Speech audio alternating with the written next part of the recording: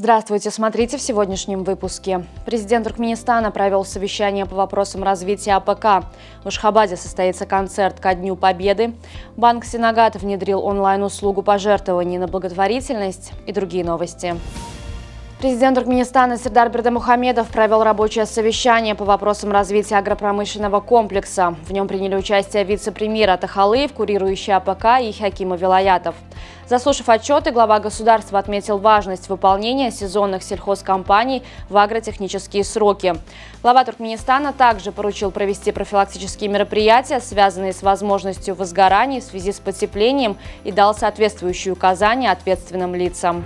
Город Аркадак впервые примет международный конкурс красоты ахалтекинских коней, который по распоряжению президента Туркменистана состоится 27 апреля. Акционерный коммерческий банк Туркменистана «Сенагат» добавил в свое мобильное приложение «Сенагат Төлек» функцию онлайн-перечисления средств на благотворительность.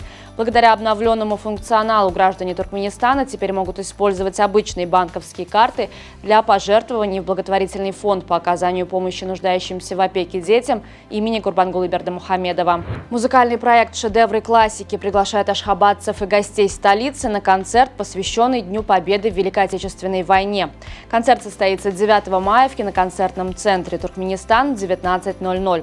Вход открыт для всех желающих. Туркменистан примет участие в крупнейшей в России выставке инвестиционных и инфраструктурных проектов в сфере халяль, Раша Халал Экспо и Международном экономическом форуме Казань-Форум-2024, которые пройдут в выставочном центре Казань-Экспо с 15 по 19 мая этого года. В торгово-промышленной палате Туркменистана состоялась встреча с заместителем руководителя торгового представительства Союза промышленников и предпринимателей Туркменистана в Вене Петером Гиндлом. В ходе переговоров обсуждались перспективы дальнейшего развития торгово-экономических отношений между Туркменистаном и Австрией. Стороны отметили высокий уровень взаимовыгодных туркмено-австрийских деловых связей. Был проведен обмен мнениями о приоритетах и возможностях укрепления сотрудничества в различных сферах. Министерство иностранных дел Туркменистана ввело в действие цифровую библиотеку международных документов, в которой собрана информация об основных направлениях внутренней и внешней политики страны. Сайт доступен на туркменском, английском и русском языках. Онлайн-ресурс призван повысить доступность информации о деятельности Туркменистана на глобальной арене.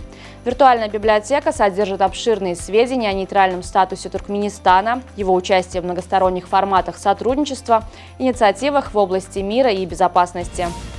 Более 83 тысяч человек эвакуированы, более миллиона домохозяйств обесточены, школы закрыты. Таковы последствия разгула стихий на юге Китая. В горах сошли оползни, реки вышли из берегов, затопив целые поселения. Спасатели с трудом добрались до отрезанного от мира поселка Цяньвань в провинции Гуаньдунь, где проживают около 3500 человек.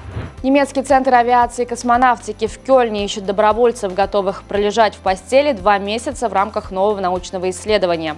Участникам эксперимента, который стартует осенью этого года, будет предложено провести 60 дней в постели с приподнятым на 6 градусов изголовьем, имитируя условия микрогравитации. К участию в исследовании приглашаются люди в возрасте от 24 до 55 лет, ростом от 153 до 190 сантиметров и индексом массы тела от 18 до 30. Также нужно иметь хорошее здоровье, не курить и хорошо владеть немецким языком. Сборная Туркменистана по футзалу одержала первую победу на проходящем в Минске международном турнире, посвященном 80-летию освобождения Беларуси от немецко-фашистских захватчиков. Подопечные Якуба Авезова обыграли со счетом 7-1 команду охраны «Динамо» из Минска. В 33-м туре чемпионата Италии по футболу «Интер» одержал победу над принципиальным соперником Миланом со счетом 2-1. Этот триумф позволил Нерадзури досрочно оформить чемпионский титул в нынешнем сезоне. После этой победы «Интер» набрал 86 очков и за 5 туров до финиша стал недосягаемым для преследователей, завоевав 20-й чемпионский титул в своей истории. Главный тренер миланцев Симоне Инзаги впервые стал чемпионом Италии в качестве наставника команды. На сегодня это все. Желаю вам хорошего завершения дня. Увидимся завтра. И не забывайте, что Туркменпортал – ваш самый надежный источник новостей.